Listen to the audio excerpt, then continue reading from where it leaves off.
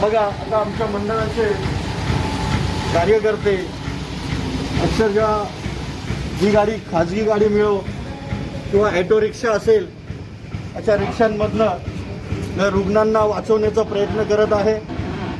आमच्या मंडळाचे अध्यक्ष माननीय गोविंद भाऊ पण सतत येथील रुग्णांना जेवण देणं, त्यांना ऑक्सिजनचा पुरवठा, बघा तुम्ही गाडीमध्ये ऑक्सिजन बघू शकता, असे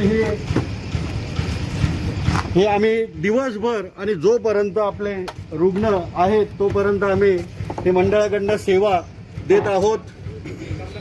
रुग्णांना जेवण, रुग्णांना काही मेडिसिन, इमर्जन्सी लागत असतील अशा मेडिसिन, अशी सर्व व्यवस्था इथे दिवस रात्र होत आहे।